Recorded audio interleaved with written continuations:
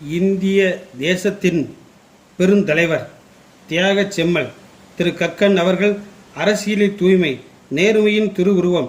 நாட்டிற்காக அர்ப்பணிப்புடன் உழைத்து தனக்கென சல்லிக்காசு கூட சம்பாதிக்காத நேர்மையின் அடையாளம். தியாகச் சீலர், வீரமும் தெய்வீகமும் விளைந்த மதுரை மண்ணின் மைந்தர். மாணவ பருவத்தில் தன்னை இந்திய தேசிய காங்கிரஸ் கட்சியில் இணைத்துக் கொண்டார். அனைத்து சுதந்திர போராட்டங்களில் கலந்து கொண்டதால் கட்சி பெரியோர்கள் அனைவரின் அறிமுகம் கிடைத்தது. மூத்த தலைவர் வைத்தியநாதர் ஐயர் மூலமாக அரிஜன சேவா சங்கத்தின் நிர்வாக பொறுப்பு வழங்கப்பட்டது.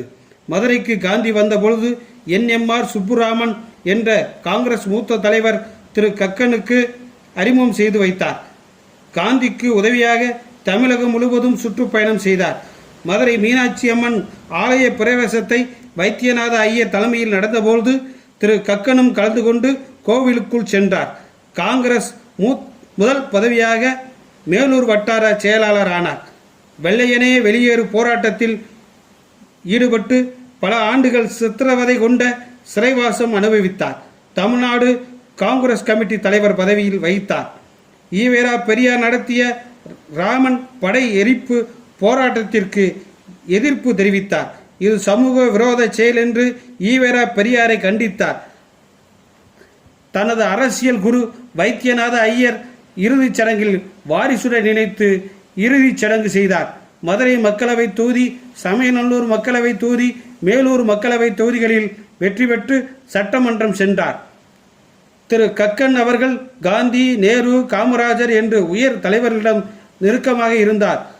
திரு காமராஜர், திரு பக்தவாச்சலம் முதல் அமைச்சராக இருந்த காலகட்டத்தில் மந்திரியாக திரு கக்கன் பணியாற்றினார். பொதுப்பணித்துறை, மின்சாரம், காவல்துறை, ஆதி திராவிட நலத்துறை ஒதுக்கப்பட்டது. கல்வி அறிவுதான் ஒரு சமுதாயத்தின் ஏற்ற தாழ்வுகளை நீக்கும் என்று அரிஜன மக்களுக்கு என்று சிறப்பு பள்ளிகள், ஹாஸ்டல் வசதி செய்து கொடுத்தார்.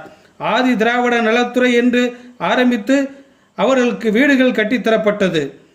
விவசாய துறையில் விவசாயிகளுக்கு தட்டுப்பாடு இன்றி உரம் கிடைக்க வழிவகை செய்தார்.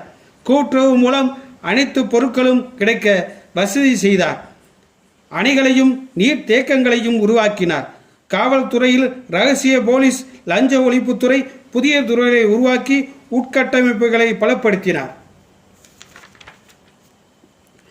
தமிழ்நாடு காங்கிரஸ் கட்சி தலைவராக திரு பால நெடுமாறன் இருந்தபோது திரு கக்கன் அவர்களுக்கு மணி விழா நடத்தப்பட்டது. மதுரை மாவட்ட நீதிமன்றம் முன்பு தியாகச்சுடர் திரு கக்கன் அவர்களுக்கு சிலை வைக்கப்பட்டுள்ளது. பல ஆண்டுகளுக்கு முன் நமது அண்டை மாநிலமான கேரளாவில் கிராமங்களில் சாதி பாகுபாடு தலைவிரித்து ஆடியது. இன்று 100% கல்வியறிவு பெற்ற மாநிலம் என்று உருவெடுத்து மக்களின் அறிவுக்கண் திறக்கப்பட்டது. இன்று ஜாதி பாகுபாடுகள் நீங்கி ஒற்றுமையுடன் வாழ்கின்றனர்.